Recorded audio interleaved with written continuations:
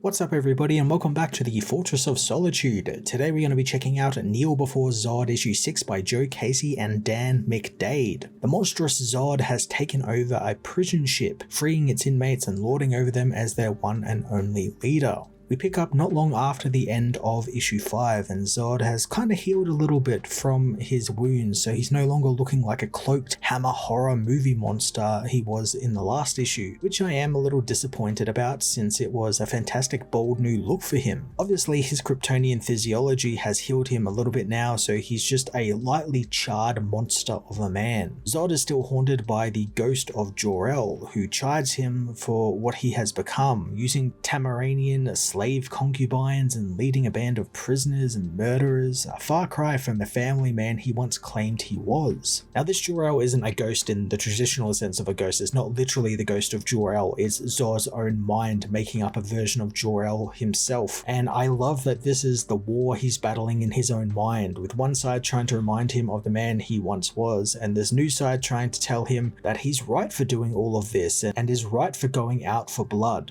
It's Zod again trying to regain the fire Ursa told him a few issues ago he had lost since he became a father, and he sees everything he is doing as a way to do that. Zod also debuts his new costume as well, and it's literally just the Terrence Stamp movie Zod costume. It's a legit great look for him, and one Zod's not worn in a very long time. So I welcome it back with open arms, and it's also complemented by a really cool Darth Vader-like cape he wears over his shoulders, and I like that it kind of matches with the outfit very well, and it's not something we've actually ever seen with this particular costume before, so I like that there's sort of this marrying of different costumes he's had over the years. Zod gets physical with the Jor-El ghost, who hits a nerve when he mentions Lord Zod, and the ghost leaves him with a warning about the path he is on and where it might lead him. After his existential confrontation, Zod gets to business at hand, taking stock of the resources he has on this ship, which he does from a robot who is now kind of running things since Zod murdered the crew of the prison ship. He learns from the robot that this is a permanent prison for inmates who can't be held by standard prisons, and the ship is on a constant revolving circuit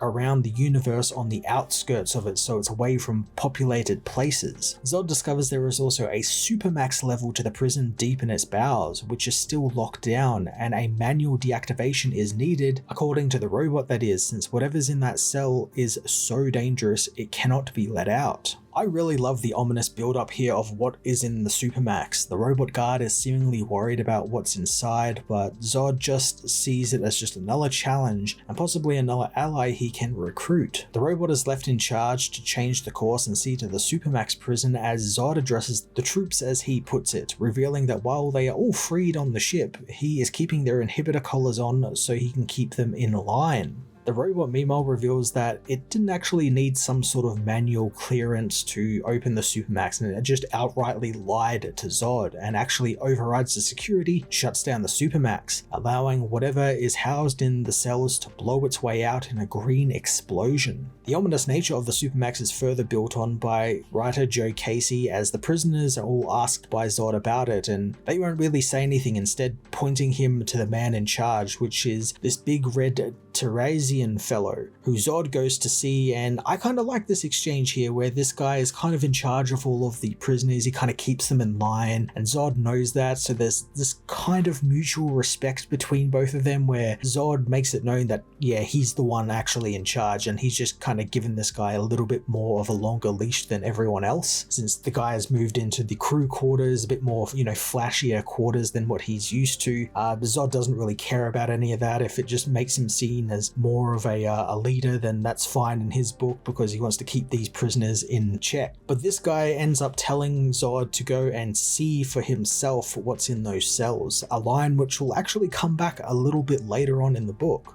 Zod is then alerted to a universe-wide message from the United Planets, as they have figured out that New Kandor, along with Zod and his family and everyone on the planet, have gone missing, and they have put a bounty out for anyone who has information on what has happened to it. Something that Zod doesn't really seem all too happy about, because of course Zod hid the planet away with cloaking technology, but the United Planets figuring out that the planet is now gone missing kind of ups his time schedule, and he, I guess, needs to work on his plan a little bit faster, hence why he demands the robot change course to a planet that the robot knows that once they reach will cause quite an outcry. So I don't know where he's planning on taking this ship, but I'm sure we're going to find out very soon. While Zod has been seen to other matters, a mutiny begins fomenting in the ranks of the prisoners, and they look to assassinate Zod by trying to blow him out of the airlock or somehow killing him, not really realizing that he's a Kryptonian and has all these great powers. Interestingly though, the book during this section takes a swerve into slasher horror territory, as the mutineers are all violently killed off by the green light that escapes Supermax, blown to pieces by its energy in a dark hallway. I really love how Dan McDade, the artist for this book, set everything out in this section. It's the classic 9-panel page layout as the prisoners move deeper through the bowels of the ship, and McDade and his colorist David Barron's use of darkness and shadow is so good, and it sells the horror so well, since this green light just kind of comes out of nowhere in the darkness and just obliterates these prisoners before moving on like nothing ever happened. Kind of like a Jason Voorhees, where, you just murder a camper and then just move on. Zod soon learns of the Supermax being breached and inspects the cells, finding them to be made of lead, which his X-ray vision couldn't penetrate and was probably used to house something quite dangerous. Zod also figures out that his robot servant lied to him when he said only certain security clearances could access the Supermax. But before Zod can properly dole out any punishment to the droid, he is alerted to another of the green being's attacks and responds, discovering that it is the Emerald Eye of Ekron, the artifact owned by the Emerald Empress. This is such a damn cool reveal, and a completely out of left field choice as well. But all throughout the book, Casey seeds these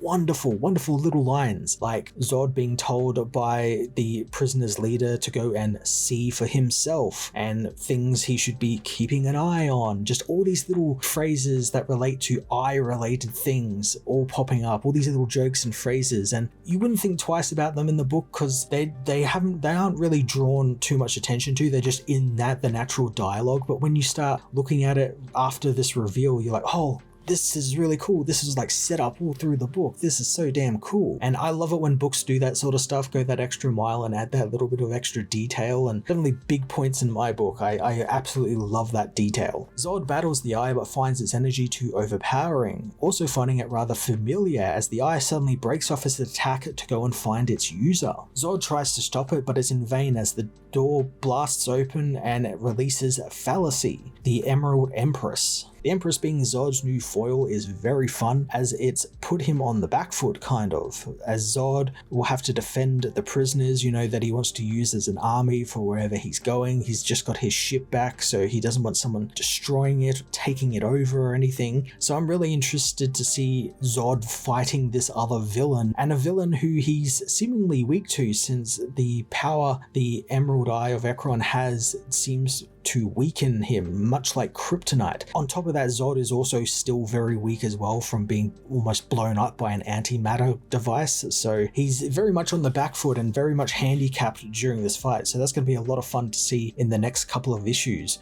And visually as well, it's a great villain team up contrast, because obviously Zod has all these darker color schemes, whereas Emerald Empress is all these bright whites and greens and golds, and I'm sure that's going to contrast very nicely with Dan McDade doing the artwork on the book. Kneel Before Zod issue 6 was a fun ride from beginning to end, with so many great teasers for the new villain of the book, which had a wonderful and surprising payoff in the final pages. Zod's continued journey to find himself and who he is now in a world without a family or a world has been fascinating to follow, and I cannot wait for the next issue. I'm going to give this issue a 9 out of 10.